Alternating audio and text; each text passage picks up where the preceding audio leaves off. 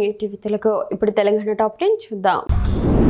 వనపర్తి జిల్లా అదనపు ఎస్పీ రాజేష్ మీనా మాట్లాడుతూ బక్రీద్ పండుగను శాంతియుత వాతావరణంలో జరుపుకోవాలని సూచించారు. వనపర్తి జిల్లా కేంద్రంలోని డీఎస్పీ కార్యాలయంలో ముస్లిం మత పెద్దలతో జరిగిన సమావేశంలో ఆయన వ్యాఖ్యలు చేశారు. ప్రజలంతా మత సామరస్యంతో పండుగను జరుపుకునేలా మత పెద్దలు ప్రజల్లో సమన్వయం సాధించాలని ఆయన కోరారు. కోనరావుపేట మండలం మర్రి వద్ద అన్నదాతలు బీఆర్ఎస్ నేతలు రోడ్డుపై బైఠాయించి నిరసన తెలిపారు. వడ్ల కోసం లారీలు రావడం లేదని, ఎమ్మెల్యేలకు గృహ ప్రవేశాలకు వెళ్లే తీరిక ఉంది కానీ కొనుగోలు కేంద్రాలకు వచ్చే తీరిక లేదా అని ప్రశ్నించారు. రైతు కష్టాలను పట్టించుకుని ప్రభుత్వ తీరుపై ఆగ్రహం వ్యక్తం చేశారు. గత ప్రభుత్వంలో ధాన్యం సేకరణ వేగంగా జరిగేదని, ప్రస్తుత పాలనలో జాప్యం వెనుక మతలబు ఏంటని డిమాండ్ చేశారు. అకాల వర్షాలతో వడ్ల కుప్పలు తడిసి రైతులు ఆగమవుతున్నారని ఆవేదన వ్యక్తం చేస్తూ వెంటనే లారీలు ఏర్పాటు చేసి కొనుగోలు చేయాలని కోరారు.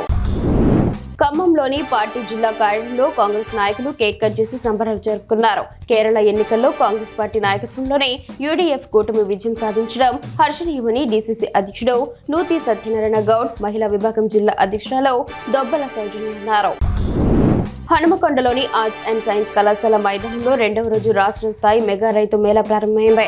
ఈ కార్యక్రమంలో తెలంగాణ రాష్ట్ర వ్యవసాయ రైతు సంక్షేమ commissioner chairman Kodandareddy, Telangana oil fed corporation chairman Janga Raghavareddy, TGAF WC member Ramareddy Gopal Reddy, Telangana రాష్ట్ర seed corporation chairman Anvesh Reddy ముఖ్య అతిథులుగా పాల్గొన్నారు. వీరితో పాటు జిల్లా అదనపు కలెక్టర్ ఎన్ రవి, సంబంధిత జిల్లా అధికారులు, రైతులు కూడా హాజరయ్యారు. ధర్మవరం పట్టణం సమీపంలోని ఎర్రగుంట సతీసాయి పంప్ హౌస్ వద్ద రెండవ రోజు కార్మికులు నిరసన తెలిపారు. గ్రామీణ ప్రజలకు తాగునీటి సరఫరా చేస్తున్న తమకు దాదాపు 5 నెలలుగా జీతాలు చెల్లించడం లేదని, దీంతో నిత్యావసర సరుకులు కూడా అప్పు తెచ్చుకోవడానికి ఇబ్బందులు పడుతున్నామని వారు ఆవేదన వ్యక్తం చేశారు. పెండింగ్ జీతాలు వెంటనే చెల్లించి తమ సమస్యలను పరిష్కరించాలని కార్మికులు అధికారులను డిమాండ్ చేశారు. డిమాండ్లు తీర్చకపోతే నిరసన కార్యక్రమాన్ని ఉధృతం చేస్తామని హెచ్చరించారు. వరంగల్ భద్రకాళి అమ్మవారి ఆలయానికి భారత రాష్ట్ర సమితి కార్యనిర్వాహక అధ్యక్షుడు కేటీఆర్ విచ్చేసి అర్చకులచే పూర్ణ కుంభంతో స్వాగతం అందుకున్నారు. అమ్మవారిని దర్శించుకుని మొక్కులు చెల్లించుకున్న అనంతరం ఆయన హంటర్ రోడ్లోని రైతు సభకు హాజరయ్యారు. గ్రేటర్ వరంగల్ మున్సిపల్ కార్పొరేషన్ ప్రధాన కార్యాలయంలోని కౌన్సిల్ హాల్లో ఎమ్మెల్సీకి నేమ్ బోర్డు ఏర్పాటు చేయని మున్సిపల్ అధికారులపై ఎమ్మెల్సీ బసవరాజు సారియా తీవ్ర ఆగ్రహం వ్యక్తం చేశారు. మీరు మనుషుల గాడిదలా అంటూ అధికారులను ప్రశ్నించిన ఆయన కనీసం తాను కూర్చునే స్థానంలో నేమ్ బోర్డు పెట్టకుండా అవమానించారని మండిపడ్డారు. కార్పొరేటర్లకు నేమ్ బోర్డులు పెట్టి తనకు పెట్టకపోవడం ఏమిటని సిబ్బంది నిలదీశారు. ప్రధాని నరేంద్ర మోదీ సభను విజయవంతం చేయాలని బీజేపీ జిల్లా అధ్యక్షుడు రాధా మల్లేష్ గౌడ్, డాక్టర్ మురళీధర్ గౌడ్ కోరారు. స్థానిక కార్యాలయంలో నిర్వహించిన సమావేశంలో వారు మాట్లాడుతూ సభకు యువత, మహిళలు పెద్ద ఎత్తున తరలి రావాలని పిలుపునిచ్చారు. గ్రామాలు ఇప్పటికే కాషాయమయ్యాయని, రేపటి సభ చరిత్రలో నిలిచిపోతుందని వారు ధీమా వ్యక్తం చేశారు. జై శ్రీరామ్ నినాదాల మధ్య కార్యకర్తల్లో ఉత్సాహం నింపారు.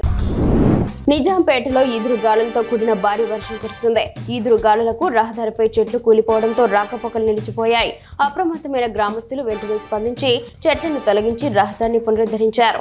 అకాల వర్షం కారణంగా పలు చోట్ల విద్యుత్ సరఫరా నిలిచిపోవడంతో ప్రజలు ఇబ్బందులు ఎదుర్కొన్నారు. అధికారులు విద్యుత్ పునరుద్ధరణ చర్యలు చేపట్టారు. వరంగల్ వెస్ట్ లో కాంగ్రెస్ ప్రభుత్వ హయాంలో సాగునీరు, పెట్టుబడి సాయం అందక అప్పుల బాధతో ఆత్మహత్య చేసుకున్న 1000కి పైగా రైతులకు బీఆర్ఎస్ పార్టీ ఘనంగా నివాళులర్పించింది. గత 2.5 ఏళ్లలో ప్రభుత్వ వైఫల్యాల వల్లే అన్నదాతలు ఆత్మహత్యలకు పాల్పడుతున్నారని కాంగ్రెస్ ను రైతు ద్రోహిగా బీఆర్ఎస్ అభివర్ణించింది. సాగు సంక్షోభానికి ప్రభుత్వమే బాధ్యత వహించాలని ఈ సందర్భంగా నేతలు డిమాండ్ చేశారు. ఈ సంఘటన ఉమ్మడి వరంగల్ జిల్లా వరంగల్ లో జరిగింది.